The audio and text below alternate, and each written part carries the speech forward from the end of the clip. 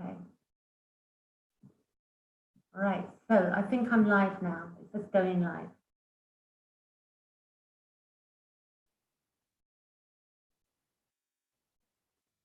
So I'm going to continue reading. I got a bit lost then. I wasn't sure whether I was live or not. So I think I am. There's a bit of, I use Zoom and there's a little bit of a delay, so it's a bit confusing sometimes, but I can see that I'm live, I believe. And yes, okay. Right, here goes. So what I'm going to do, if anybody can, oh, hi Donna, I'm reading about hypervigilance tonight.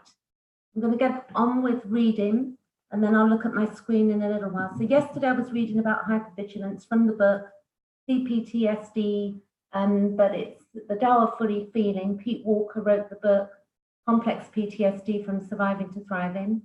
And what I have found is through my own recovery from childhood trauma, the thing that's begun to help me is psychoeducation. So you can do this along with therapy and other modalities, but without psychoeducation and understanding what's going on, we basically are in a position where our healing is stalled and we can think we are not normal, and we can also think that, you know, that we're a lost cause and that we're just all of these things like flashbacks and nightmares and panic attacks. We think that we're going to have to live with them forever. But the more that we have psychoeducation, we can begin to lift ourselves out of the worst of the worst. And I know that for a fact because I've been there and myself. So here goes. I'm going to read Healthy Hypervigilance, and then I'll stop in between to see if there's any questions. So Pete Walker says that hypervigilance is self-destructive to the degree that it is chronic. There are many situations in life, especially in modern industrial societies, in which hypervigilance is necessary and helpful. Safe driving, for example, requires considerable hypervigilance. Those who are not hypervigilant in traffic have many more accidents than those who drive defensively. They are more susceptible to being hit by dissociated drivers. Mild hypervigilance is also useful in our social lives. Many of us are prone to attract people as abusive as our parents via a phenomenon known as repetition compulsion. And he says, see chapter 7 here, but I'm just going to continue reading. He says, because of this, we need to be more discriminating in choosing friends. Cautiousness with new acquaintances gives us the necessary time to assess whether they are consistently fair and respectful. And I will address this because I was quite naive when I first started using Facebook. I'd got onto social media and I was quite open with people. And in spiritual groups in particular, when I was expressing, you know, this pain that I had, and I got into spirituality to heal my childhood wounding, and I had a lot of guilt and toxic shame because I thought that I was being a bad girl because I couldn't forgive my parents naturally because of the abuse I received. But clearly, if you know, like for instance, if we see animals being abused, and we see videos of animals on social media where animals being rescued that have been abused and how afraid they are of anybody that goes near them, we can see that if a child is abused over many, many years, that they are not so savvy with people, they're uncertain about people. So we need to be aware that when we get into certain groups of people, unless it's groups where it's to do with child abuse and stuff like that, where people are healing, there can be groups that can hold you back by telling you that you've got to forgive and let go and release things that you've not fully processed. The way to heal through C-PTSD is through psychoeducation and having people who actually understand you. If you've got people telling you to forgive before you've processed you know, deep trauma or wounding, then you can make it worse. And that actually happened to me. It made it worse for me. Hand in hand, they can be great, but we don't just rely on one thing. There are many tools in healing C-PTSD.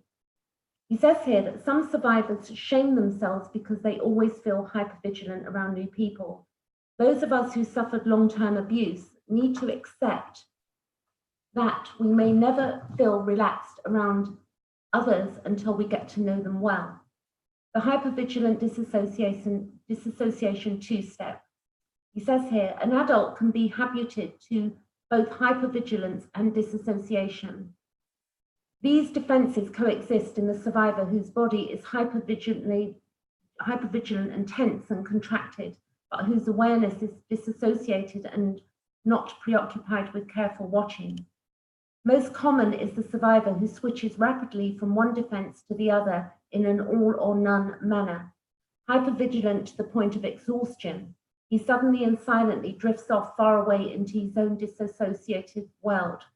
There he remains foggily lost and out of contact until a new threatening stimulus catapults him back into hypervigilance. Most survivors are strangers to the less extreme zones of alertness and relaxation that lie between the poles of hypervigilance and disassociation. Effective grieving opens up the vast territory of consciousness that exists between these extremes. So to get to the point of grieving, what we have to do is we have to first fully remember what happened to us. And if we bypass our own reality, then we're not going to grieve, and we don't get to feel, and we don't get to healthy blame and healthy anger, which means that we don't heal the C-PTSD. And it's important that we, take on board that there are certain steps to healing this, and it's not an all or nothing approach. Continuing reading, he says, obsessiveness. He says, many adult children use obsessiveness, excessive mental preoccupation, to defend themselves against painful feelings. Many of us become habituated to obsessive thinking in childhood in order to distract ourselves from feeling the hostility and lack of love in our families. And there's something I used to do as a child. I used to, to sort of zone myself out. I used to stand by a light switch and I used to turn it on and off, on and off. It's almost like, and as an adult, I do that with taps. And I'm checking, I don't turn them on and off, but I've got this thing where I'm hypervigilant. So I'm, it causes obsessive compulsive actions like checking the hobs off and stuff like that, or checking that doors are locked in order to feel safe. And it's also a way from disassociating from what you're really feeling in the world. So but these things can be healed as we go through life.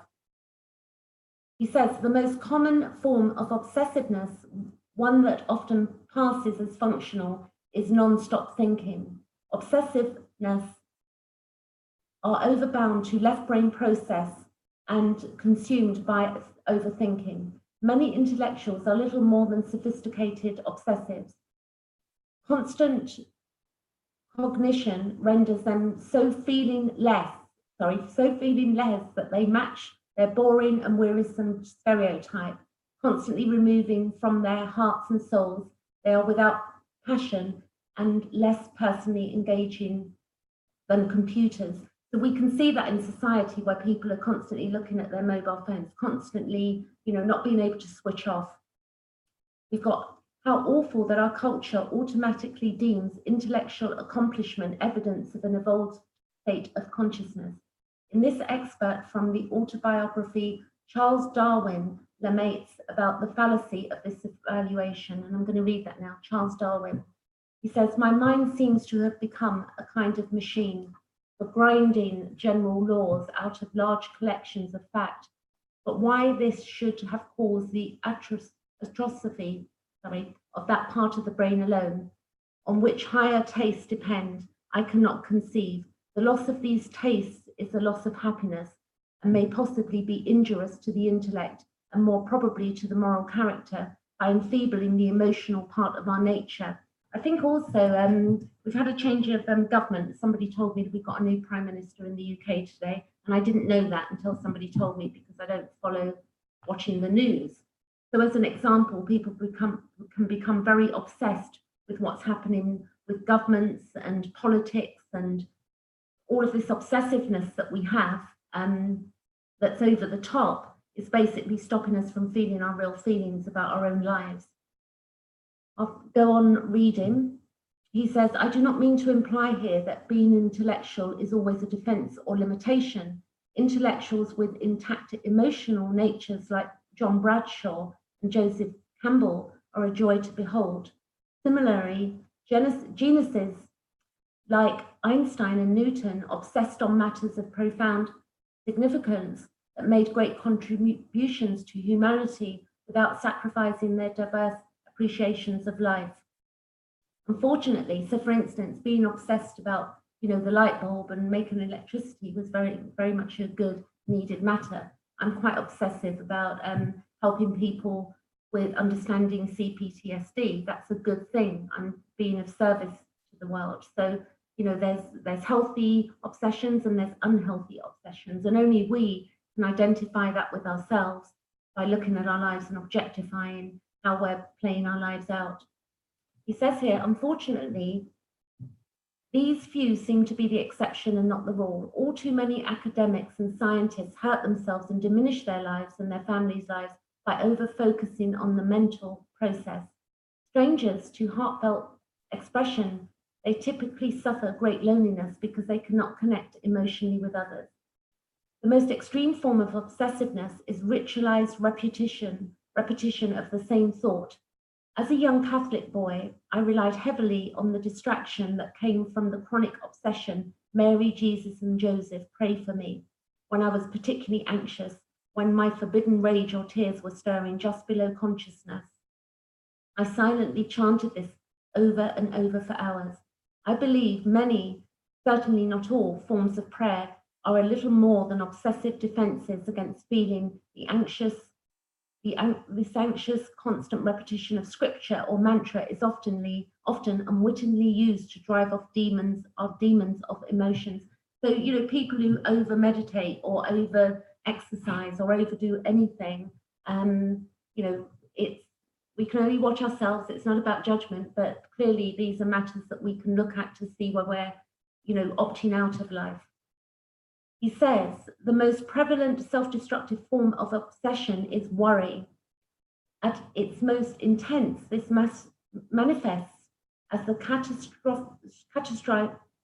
Many obsessives have menus of issues that they worry about, recycling them over and over in various combinations. And I know myself, I have been, I wouldn't say guilty of that, but, it's a safety mechanism. It's to feel safe. A mind busy wondering where Johnny is or when an earthquake is coming is distracted from deeper pain.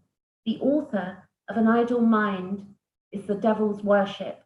Must have been some poor obsessive who was shamed into thinking that underlying feelings were manifestations of hell. Ironically, it is the perpetual rejection of feelings that creates the seemingly hellish internal conditions that many of us desperately defend against. Obsessive worrying is a self-perpetrating process.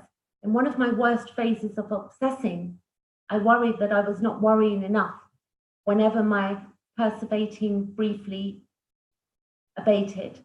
Going to the opposite extreme in my early recovery, I frequently worried that I worried too much. I was like Calvin in the cartoon character who, when caught in an exit-less maze of worry, exclaimed, "My brain is trying to kill me." So this can happen many ways. It's like checking things are off and, being afraid of, manifesting in our mind. A really silly thing that I did for years, I believed that if I didn't, fold things a particular way, that something terrible was going to happen to me. And we can see that, how this is happening due to childhood trauma, and then it plays out in our adult lives in numerous ways. So psychoeducation heals these wounds bit by bit, because we begin to see, and then we can say, oh wow, that's what I'm doing. And in that moment, we then begin to be able or allow ourselves to make healthy changes. So he goes on to say, when we worry inordinate all the time, it is as if our unfelt watery feelings of hurt are vaporizing and rising into the airy mental realms where they smudge our thoughts with painful perspectives. Worry goes on and on and on because vaporization is such a slow and ineffective way of processing liquid-like emotions. Painful emotions need the water of tears to be resolved. Tears instantly halt obsession by releasing the fear that runs rampant throughout the drasticizing mind. The habit of obsessive worrying must be broken because we live in a world so troublesome, we will never run out of things to worry about. Unrelenting worry will not only distract us from our feelings, but also from sleep, relaxation, play, relating, and the maintenance of everyday affairs. If we do not grieve and begin to break the habit of obsessing, we risk becoming like the old man described by Winston Churchill, who reached the end of his life in a terrible epiphany, exclaimed, "All the terrible things in my life never actually happened."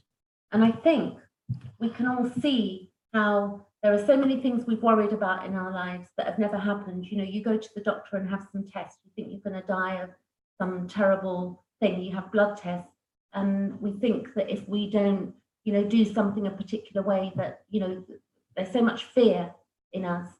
So it's really important that we look at all of these things. I'm going to continue reading. I can see I've got 4 viewers. I can't see who it is, but if anybody wants to comment, or I will say I've got a ladies group over on Facebook that's for anxiety and PTSD. And I've also got my Facebook page, and I've got all of the links will be below. You've got 13 steps for managing flashbacks, 14 inner critic tips to stop your inner critic, you know, annihilating you. And those tips will be the beginning of clearing up the C-PTSD. So the 13 flashbacks and 13 steps of flashbacks and the inner critic will be below this video. Continuing reading, he says, healthy obsessiveness. Have I gone on here? Let me see. I think I read that bit. Obsessiveness. Healthy obsessiveness. Obsessiveness, like other key defenses, is healthy in moderation. Prolonged periods of concentrated thinking are obsessively invaluable for certain tasks. We couldn't learn to read or write without obsessing on language. Our lives would be greatly impoverished if we did not spend a good deal of time reasoning, analyzing, introspecting, and philosophizing. Thinking can be a joy when it is not merely a distraction from feeling. So I read an article earlier, actually, on Facebook as well. It was about dopamine in the brain, and how, you know, many of us will do things like, you know, we will use food to feel good, or we might use alcohol to feel good, or smoke a cigarette to raise our dopamine levels, but it's very short-lived. People do this also with, you know, I hate to say it, but with pornography, people will do it to feel good and have a problem with that. People just, so all of these things that we do may make us feel good on a temporary basis, but long-term they don't. So, and that is a way of distracting ourselves from our real pain in our lives. And it's, again, with social media, you know, we've got to look, are we using it in a healthy way or not? I'm going to continue reading. So many real life issues require us persevering our mental focus for healthy solutions.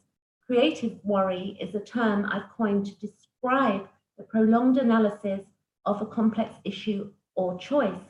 If I find myself reeling from my third successive betrayal in a relationship, it will behoove me to spend a great deal of time thinking about this relationship history. In a similar way, if I'm offered a job in another part of the country, I will probably need to ponder a host of pros and cons relating to the potential move. So there's healthy obsessiveness when we're obsessing over, you know, are we going to move house or change this or change that, you know, then deep introspection is a good thing, and being obsessive about thinking how we're figuring out our lives. In early recovery, we may need to obsess about how to communicate our feelings. There is usually a great deal of consideration involved in learning to express upset feelings in a healthy way. Prolonged contemplation often helps us discern whether our hurt comes from the past or the present, and whether our feelings should be released on our own or expressed directly to whomever they concern.